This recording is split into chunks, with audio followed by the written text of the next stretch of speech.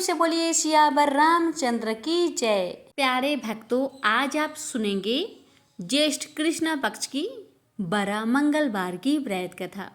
प्रेम से बोलिए पवन पुत्र हनुमान की जय। भक्तों, एक बार हनुमान जी को अपनी बाल्यावस्था में सूरज को एक स्वादिष्ट पका हुआ फल समझकर खाने की इच्छा हुई।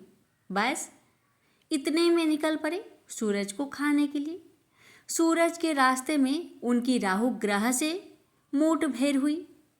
राहु ने हनुमान जी को रोकने की भरसक कोशिश की, लेकिन वह असफल रहे। फिर राहु ने घबराकर इंद्रदेव के पास सहायता के लिए पहुंचा। इंद्रदेव ने भी बालक हनुमान को रोकना चाहा, लेकिन तब तक हनुमान जी सूर्य को निगलना शुरू कर चुके थे। सूरज को हनुमान जी के मुख से निकालने के लिए इंद्र ने अपने वज्र से प्रहार किया और बालक हनुमान जी अमोघ वज्र का प्रहार सहन नहीं कर पाए और नीचे जा गिरे। इस प्रहार से हनुमान जी की बाएं ठुड्डी टूट गई। पुत्र हनुमान की इस दुर्दशा पर पवन देव को क्रोध आया और उन्होंने अपनी गति रोक दी। इससे संसार के सारे प्राणी बिना हवा के छटपटाने लगे। इस स्थिति का पता चलते ही स्वयं ब्रह्मा जी देवताओं के साथ पवन देव के पास गए। ब्रह्मा देव ने हनुमान जी की मूर्छा को भंग किया और वरदान दिया कि उन पर जब तक वो ना चाहे कोई अस्त्र शस्त्र असर नहीं करेगा।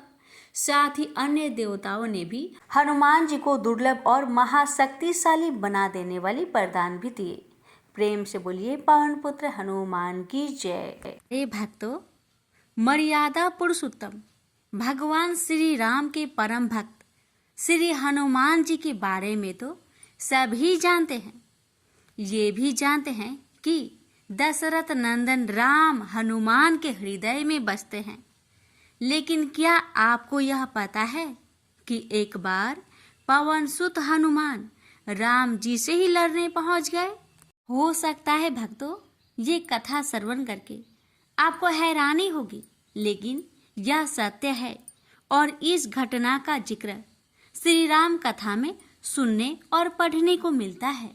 लेकिन इससे भी ज्यादा हैरान करने वाली बात यह है कि पवन सुत जब श्री राम से लड़ने के लिए तैयार हुए तो उन्होंने सौगंध भी मर्यादा पुरुष उत्तम की ही ली। तो आइए जानते हैं कि ऐसा क्या हुआ था कि श्री राम के परम भक्त पवन सुत को उनसे युद्ध करना पड़ा। कथा मिलती है कि एक बार सेमरू पर्वत पर सभी संतों की सभा का आयोजन हुआ। केवर्त देश के राज संकुत भी उसी सभा में सभी संतों का आशीर्वाद लेने जा रहे थे। रास्ते में उन्हें देव ऋषि नारद मिले। राजा सुकंद ने उन्हें प्रणाम किया। इस पर श्री नारद जी ने उन्हें आशीर्वाद देकर यात्रा का प्रयोजन पूछा। राजा सुकंद ने उन्हें संत सभा के आयोजन की बात बताई। इस पर नारद मुनि ने कहा, अच्छा है, संतों की सभा में जरूर जाना चाहिए। ऐसा कहकर सुकंद को जाने का आदेश दिया। सुकंद जैसे ही सभा में जाने के लिए प्रस्थान करने लगे, तैसे ही नारद जी ने उन्हें आवाज दी। इसके बाद कहा कि जिस सभा में जा रहे हो उसमें सभी को प्रणाम करना, लेकिन ऋषि विश्वामित्र का अभिवादन बिल्कुल भी मत करना। इस पर सुकंद ने पूछा कि यह तो उचित नहीं है। तब श्री नारद जी ने कहा कि तुम भी राजा हो, वो भी पहले राजा ही थे, अब संत हो गए हैं, मत करना प्रणाम। राजा सुकंद ने किया भी ठीक वैसा ही। सभा के समाप्त होते ही विश्वामित्र जी श्री राम से मिलने पहुंचे। वहां पहुंचकर उन्होंने बताया कि उनका अपमान हुआ। वह इसे भूल भी जाते, लेकिन यह तो संत परंपरा का अपमान है। राम जी ने पूछा, गुरुजी क्या हुआ? तब विश्वामित्र जी ने कहा कि मेरा अपमान हुआ है। राम जी ने पूछा, किसने किया है? तब विश्वामित्र जी ने पूछा कि जानकर करोगे भी क्या? इस पर श्री राम जी ने कहा कि गुरु जी आपके चरणों का सौगंध लेकर प्रतिज्ञा करता हूँ, जो सिर आपके चरणों में नहीं झुका है उसे काट दिया जाएगा। कल सुबह में उसका वध करूंगा। श्री राम की इस सौगंध का जैसे ही राजा सुकंद को पता चला, वह नारद मुनि को ढूंढने लगे। काफी देर तक वह परेशान रहे, लेकिन नारद मुनि उन्हें मिल ही नहीं रहे थे। व्याकुल होकर जब वह रोने लगे, तब नारद जी प्रकट हुए। सुकंद ने हाथ जोड़कर उन्हें सारी बात कह सुनाई, साथ ही प्राण दान की विनती की। इस पर नारद जी ने उन्हें माता अंजनी की शरण में जाने की सलाह दी। ये भी कहा कि अगर उन्होंने तुम्हें बचाने का वचन दे दिया तो तुम जरूर बच जाओगे, लेकिन यह भी कहा कि वह किसी को यह नहीं बताएंगे कि नारद जी ने उन्हें यह सलाह दी है। राजा सुकंद के रोने की आवाज सुनकर माता अंजनी बाहर पहुंची। तब उन्होंने कहा कि माता, मुझे बचा ले, अन्यथा विश्वामित्र जी मुझे मार डालेंगे। ईश्वर माता अंजनी ने सुकंद को उसके प्राण बचाने का वचन दिया। उन्होंने कहा कि तुम शरण में हो, तुम्हें कोई नहीं मार सकता। इसके बाद राजा सुकंद को विश्राम करने के लिए कहा। शाम ढले जब हनुमान जी माता अंजनी के पास पहुंचे तो उन्होंने सारी बात बताई, लेकिन सुकंद को बुलाने से पहले पवन सुत से सौगंध लेने को कहा। तब श्री हनुमान जी ने कहा कि वह श्री राम के चरणों की सौगंध लेते हैं कि वह सुकंद के प्राणों की रक्षा करेंगे। तब माता अंजनी ने राजा को बुलाया। हनुमान जी ने पूछा, कौन तुम्हें मारना चाहता है? तब सुकंद ने बताया कि श्री राम उन्हें मार डालेंगे। इतना सुनते ही माता अंजनी हैरान रह गई। उन्होंने कहा कि तुमने तो विश्वामित्र जी का नाम लिया था। तब राजा ने कहा कि नहीं, वो तो मरवा डालना चाहते हैं, लेकिन मारेंगे तो राम ही। हनुमान जी ने राजा सुकंद को उनकी राजधानी में छोड़ा और श्री राम के दरबार में पहुंचे। वहां पहुंचकर उन्होंने राम जी से पूछा कि वह कहाँ जा रहे हैं। तब मर्यादा पुरुषोत्तम ने बताया कि वह राजा सुकंद का वध करने जा रहे हैं। तब हनुमान जी ने कहा, प्रभु उसे मत मारिए। राम जी ने कहा कि वह तो अपने गुरु की सौगंध ले चुके हैं, अब पीछे नहीं हट सकते।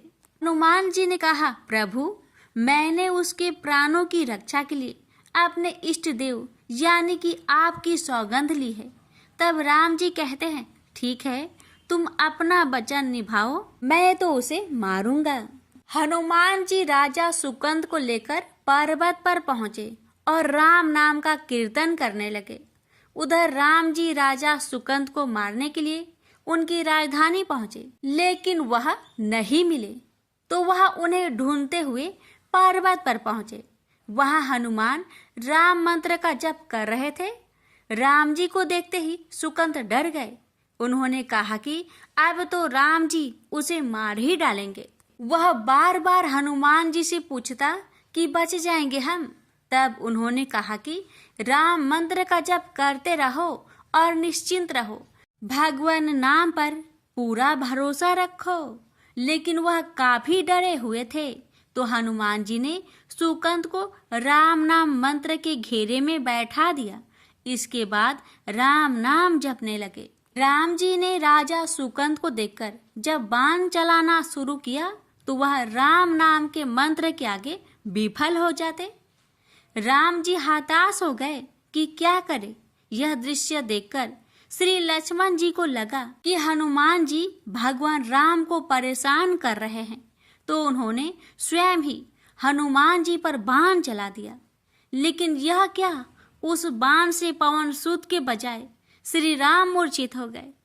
यह देखते ही लक्ष्मण जी दौड़ पड़े और देखते ही कि बाण तो हनुमान जी पर चलाया था, लेकिन मूर्छित राम जी कैसे हो गए।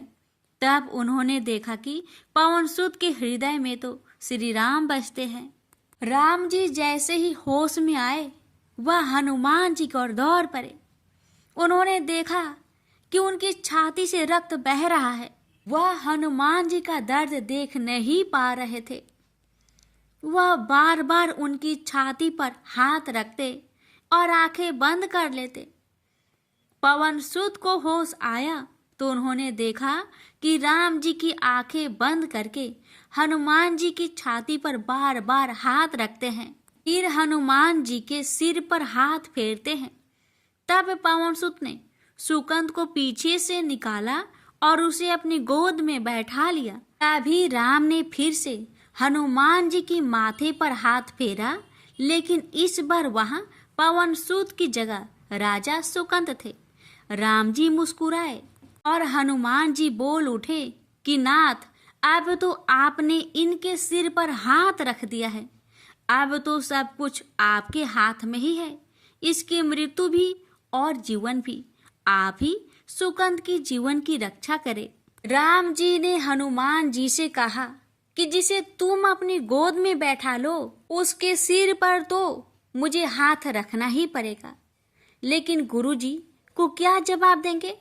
तभी हनुमान जी को विश्वामित्र जी सामने से आते दिखाई पड़े। उन्होंने राजा सुकंद से कहा कि जाओ, तब प्रणाम नहीं किया तो क्या हुआ, अब कर लो। राजा ने दौड़कर विश्वामित्र जी का अभिवादन किया। वह भी प्रसन्न हो गए और बोले, राम, इसे क्षमा कर दो।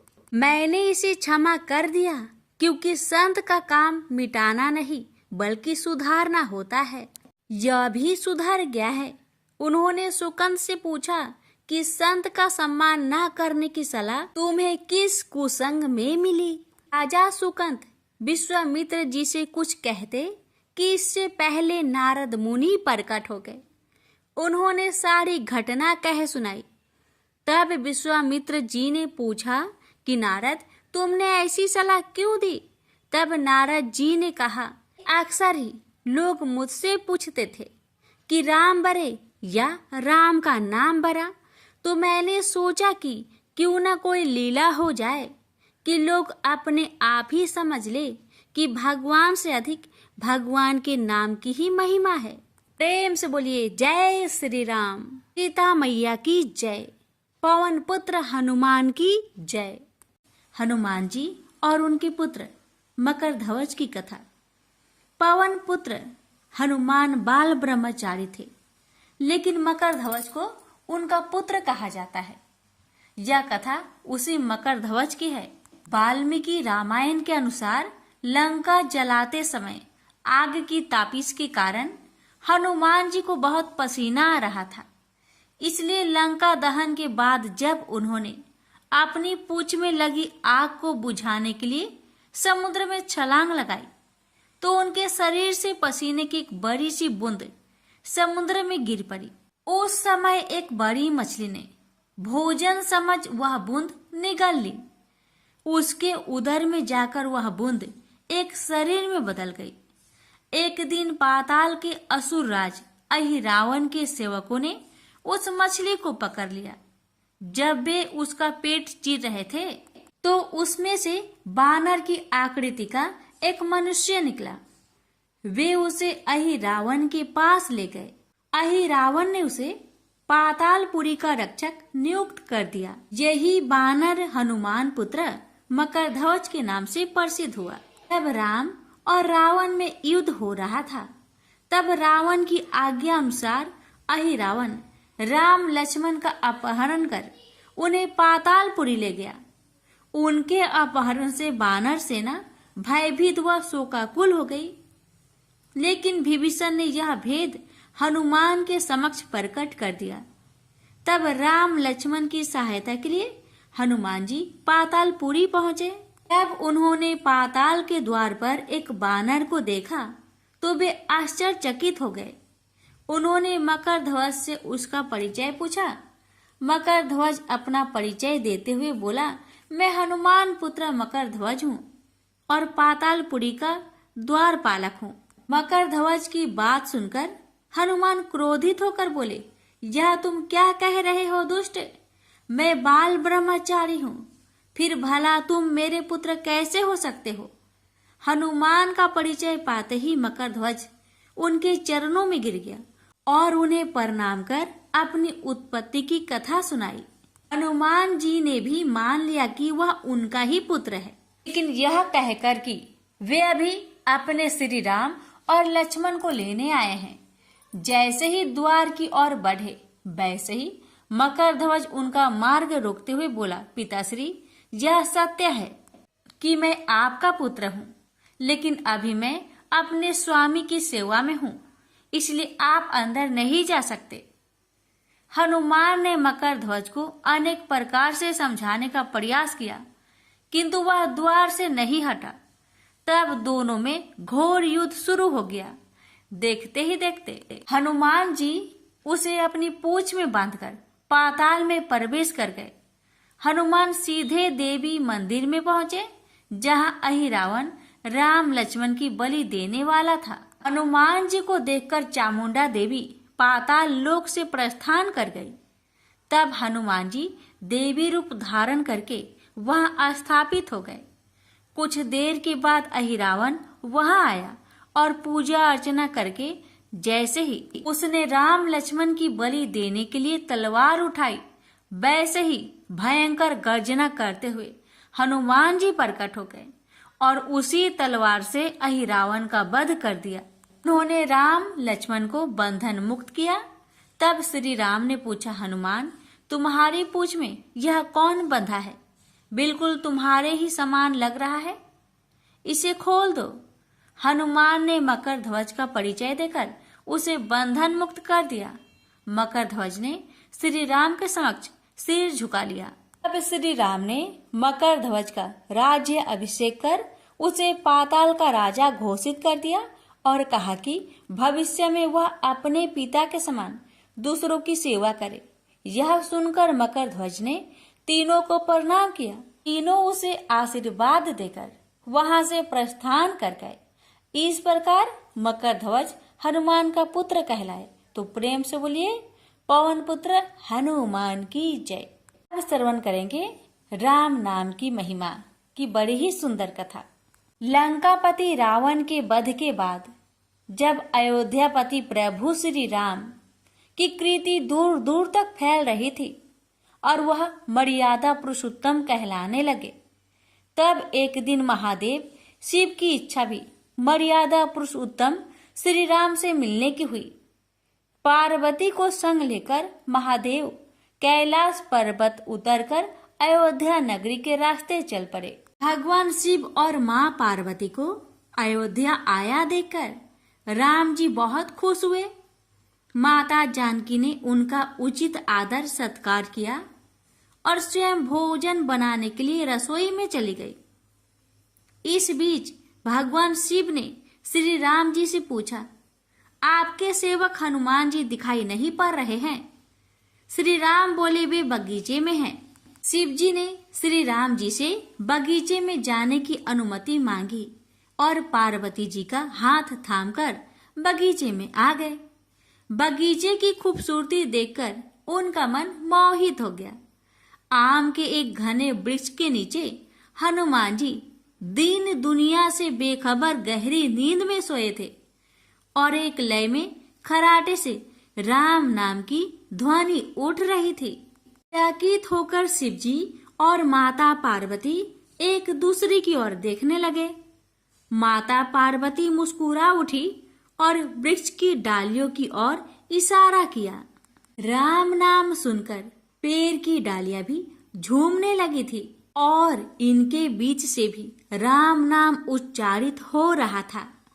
शिव जी इस राम नाम की धुन में मस्त मगन होकर खुद भी राम राम कहकर नाचने लगे। माता पार्वती जी ने भी अपने पति का अनुसरण किया और अपने कोमल पैर थिरकाने लगी। शिव जी और पार्वती जी के नृत्य से ऐसी झनकार उठी कि स्वर्ग लोक के देवतागण भी आकर्षित होकर बगीचे में आ गए और राम नाम की धुन में सभी मस्त हो गए। माता जानकी भोजन तैयार करके प्रतीक्षार्थ थी, परंतु संध्या घिरने तक भी अतिथि नहीं पधारे। तब अपने देवर लक्ष्मण जी को बगीचे में भेजा। लक्ष्मण जी तो स्वयं को श्री राम का सेवक ही मानते थे। अब बगीचे में आकर जब उन्होंने धरती पर स्वर्ग का नजारा देखा तो खुद भी राम नाम की धुन में झूम उठे। महल में माता जानकी परेशान हो रही थी कि अभी तक भोजन ग्रहण करने कोई भी क्यों नहीं आया। उन्होंने श्री राम जी से कहा, भोजन ठंडा हो रहा है, चलिए हम ही जाकर बगीचे में से सभी को ले आए। जब राम जी बगीचे में गए तो वहां राम नाम की धुन मची हुई थी।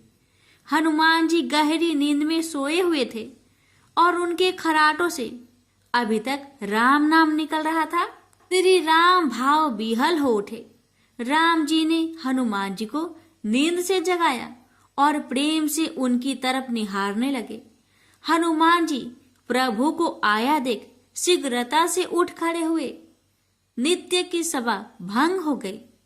शिव जी खुले कंठ से हनुमान जी की राम भक्ति की सराहना करने लगे। हनुमान जी सकुचाए लेकिन मन ही मन खुश हो रहे थे। श्री सिया राम ने भोजन करने का आग्रह भगवान शिव जी से किया।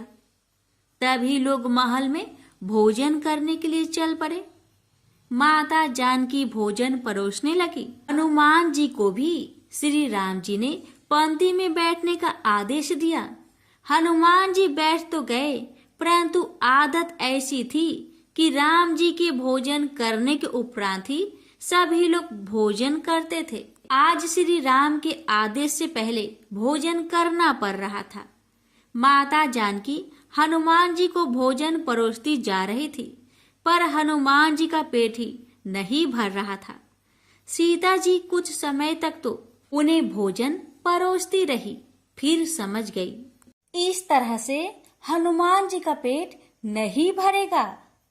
उन्होंने तुलसी के एक पत्ते पर राम नाम लिखा और भोजन के साथ हनुमान जी को परोस दिया। तुलसी पत्र खाते ही हनुमान जी को संतुष्टि मिली और वह भोजन खाकर उठ खड़े हुए।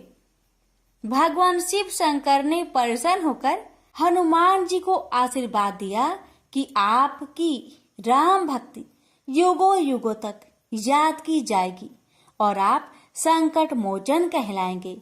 प्रेम से बोलिए सिया रामचंद्र की जय।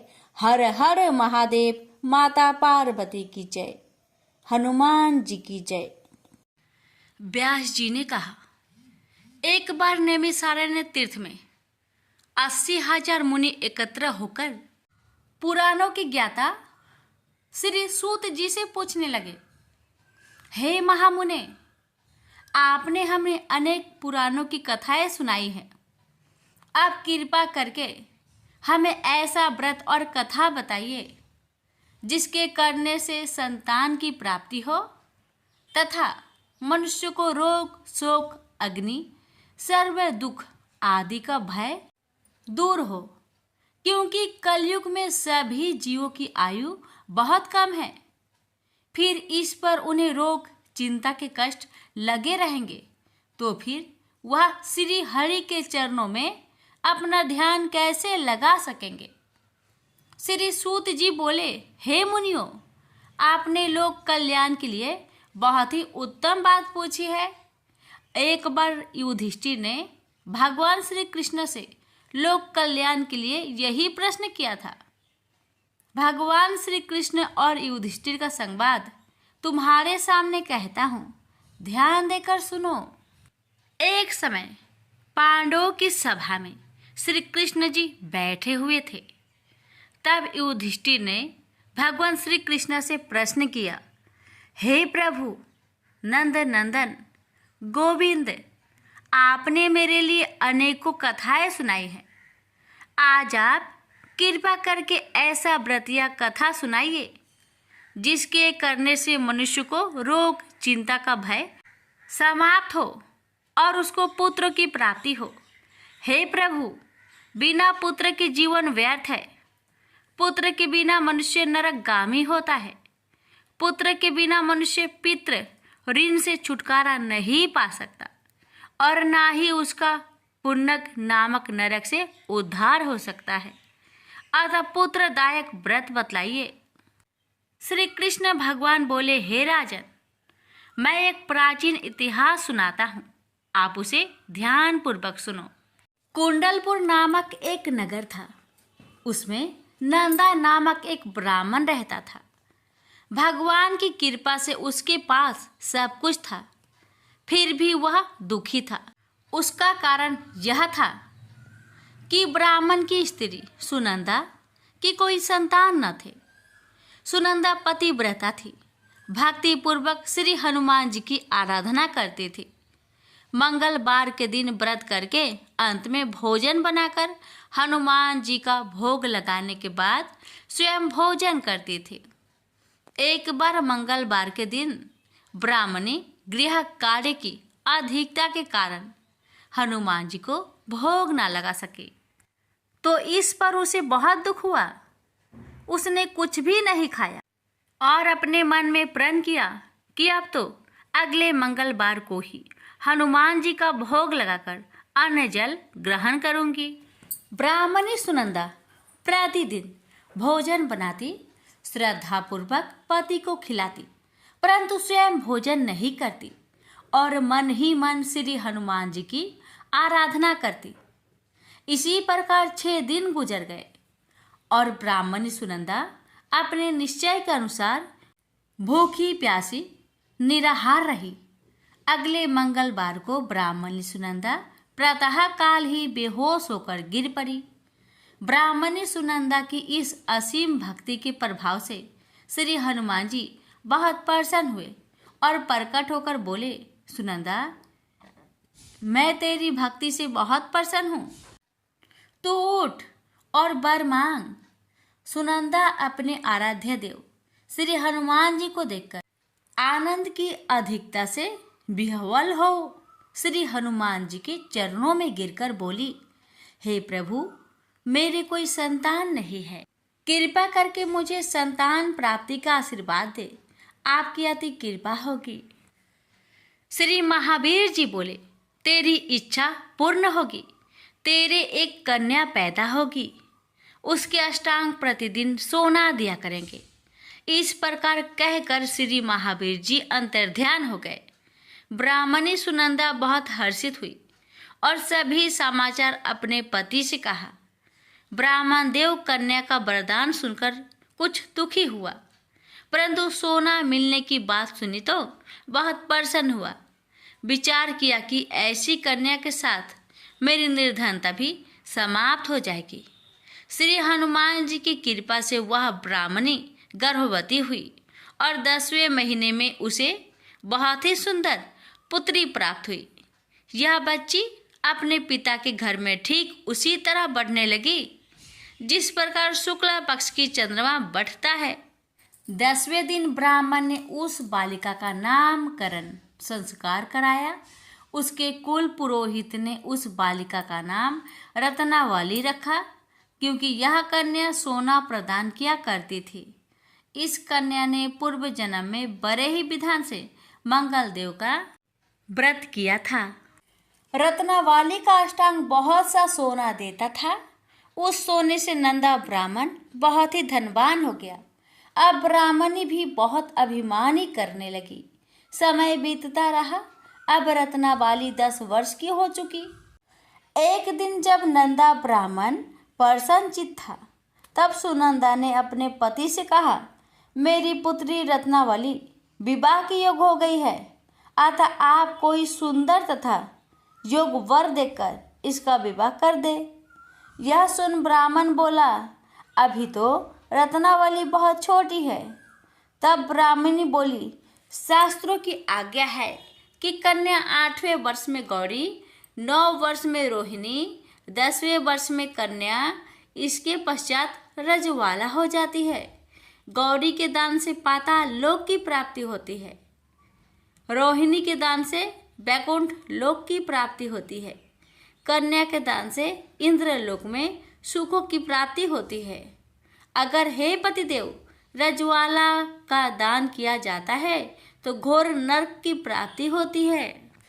इस पर ब्राह्मण बोला, अभी तो रत्नावली मात्र 10 ही वर्ष की है, और मैंने तो 16-16 साल की कन्याओं का विवाह कराए हैं, अभी जल्दी क्या है। तब ब्राह्मणी सुनंदा बोली, आपको तो लोभ अधिक हो गया है। शास्त्रों में कहा गया है कि माता पिता और बड़ा भाई रजवाला कन्या को देखते हैं तो वह अवश्य नरकगामी होते हैं। तब ब्राह्मण बोला, अच्छी बात है, कल मैं अवश्य ही योग वर की तलाश में अपना दूत भेजूंगा। दूसरे दिन ब्राह्मण ने अपने दूत को बुलाया और आज्ञा दी कि जैसी सुंदर मेरी कन्या है वैसा ही सुंदर वर उसके लिए तलाश करो। दूत अपने स्वामी की आज्ञा पाकर निकल पड़ा। पंपई नगर में उसने एक सुंदर लड़के को देखा। यह बालक एक ब्राह्मण परिवार का बहुत गुणवान पुत्र था। इसका नाम सोमेश्वर था। दूत ने इस सुंदर व गुणवान ब्राह्मण पुत्र के बारे में अपने स्वामी को पूर्ण विवरण दिया। ब्राह्मण नंदा को भी सोमेश्वर अच्छा लगा और फिर शुभ मुहूर्त में विधि पूर्वक कन्यादान करके ब्राह्मण ब्राह्मणी संतुष्ट हुए। परंतु ब्राह्मण के मन तो लोभ समाया हुआ था। उसने कन्यादान तो कर दिया था, पर वह बहुत खिन्न भी था। उसने विचार किया कि रत्नावाली तो अब चली जाएगी और मुझे इससे जो सोना मिलता था वह अब मिलेगा नहीं। मेरे पास जो धन था कुछ तो इसके विवाह में खर्च हो गया और जो शेष बचा है वह भी कुछ दिनों के पश्चात समाप्त हो जाएगा। मैंने तो इसका विवाह करके बहुत बड़ी भूल कर दी है। अब कोई ऐसा उपाय हो कि रत्नावाली मेरे घर में ही बनी रहे, अपनी ससुराल ना जावे। लोभ रूपी राक्षस ब्राह्मण के मस्तिष्क पर छाता जा रहा था। रात भर अपनी सैया पर बेचैनी से करवटें बदलते बदलते उसने एक बहुत ही क्रूर निर्णय लिया। उसने विचार किया कि जब रत्नावाली को लेकर उसका पति सोमेश्वर अपने घर के लिए जाएगा तो वह मार्ग में छिपकर सोमेश्वर का वध कर देगा और अपनी लड़की को अपने घर ले आएगा, जिससे नियमित रूप से उसे सोना भी मिलता रहेगा और समाज का कोई मनुष्य उसे दोष भी नहीं दे सकेगा। प्रातःकाल हुआ तो नंदा और सुनंदा ने अपने जामाई तथा लड़की को बहुत सारा धन देकर विदा किया। सोमेश्वर अपनी पत्नी रत्नावली को लेकर ससुराल से अपने घर की तरफ चल दिया। ब्राह्मण नंदा महालोभ के वशीभूत हो अपने मति खो चुका था। पाप पुण्य को उसे विचार न रहा था। अपने भयानक व क्रूर निर्णय को कार्य रूप देने के लिए उसने अपने दूत को मार्ग में अपने जामाई का वध करने के लिए भेज दिया था, ताकि रत्नावली से प्राप्त होने वाला सोना उसे हमेशा मिलता रहे और वो कभी निर्धन ना हो। ब्राह्मण के दूत ने अपने स्वामी की आज्ञा का पालन करते हुए उसके जामाई सोमेश्वर का मार्ग में ही वध कर दिया। समाचार प्राप्त कर ब्राह्मण नंदा मार्ग में पहुंचा और रुदन करती अपनी पुत्री रत्नावली से बोला, हे पुत्री, मार्ग में लुटेरों ने तेरे पति का वध कर दिया है। भगवान की इच्छा के आगे किसी का कोई बस नहीं चलता है। अब तू घर चल, वहां पर ही रहकर शेष जीवन व्यतीत करना। जो भाग्य में लिखा है वही होगा। अपने पति की अकाल मृत्यु से रत्नावली बहुत दुखी हुई।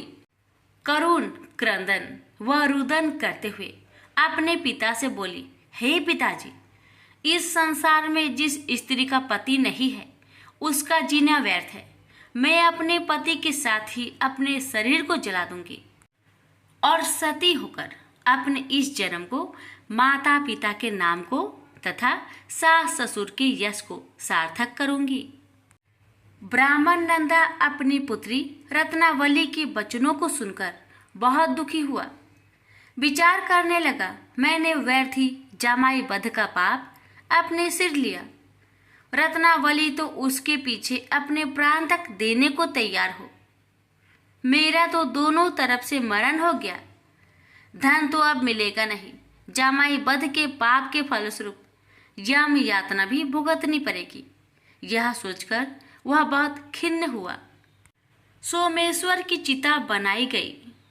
रत्नावली सती होने की इच्छा से अपने पति का सिर अपनी गोद में रखकर चिता में बैठ गई। जैसे ही सोमेश्वर की चिता को अग्नि लगाई गई, वैसे ही प्रसन्न हो मंगलदेव वहां प्रकट हुए और बोले, हे रत्नावली, मैं तेरी पति भक्ति से बहुत प्रसन्न हूँ, तू वर मांग। रत्नावली ने अपने पति का जीवन दान मांगा। तब मंगलदेव बोले, रत्नावली, तेरा पति अजर अमर है, यह महाविद्वान भी होगा, और इसके अतिरिक्त तेरी जो इच्छा हो वर मांग। तब रत्नावली बोली, हे ग्रहों के स्वामी, यदि आप मुझ पर प्रसन्न हैं तो मुझे यह वरदान दीजिए कि जो भी मनुष्य मंगलवार के दिन प्रातः काल लाल पुष्प लाल चंदन से पूजा करके आपका स्मरण करे, उसको रोग व्याधि ना हो, सज्जनों का कभी वियोग ना हो, सर्प अग्नि तथा शत्रुओं का भय ना रहे। जो स्त्री मंगलवार का व्रत करे वह कभी विधवा ना हो। मंगलदेव तथास्तु कहकर अंतर्ध्यान हो गए। सोमेश्वर मंगलदेव की कृपा से जीवित हो उठा। रत्नावली अपने पति को पुनः प्राप्त कर बहुत प्रसन्न हुई और मंगलदेव का व्रत प्रत्येक मंगलवार को करके व्रतराज और मंगलदेव की कृपा से इस लोक में सुख ऐश्वर्य को भोगते हुए अंत में अपने पति के साथ स्वर्गलोक को गई। प्रेम से बोलिए मंगल देव की जय।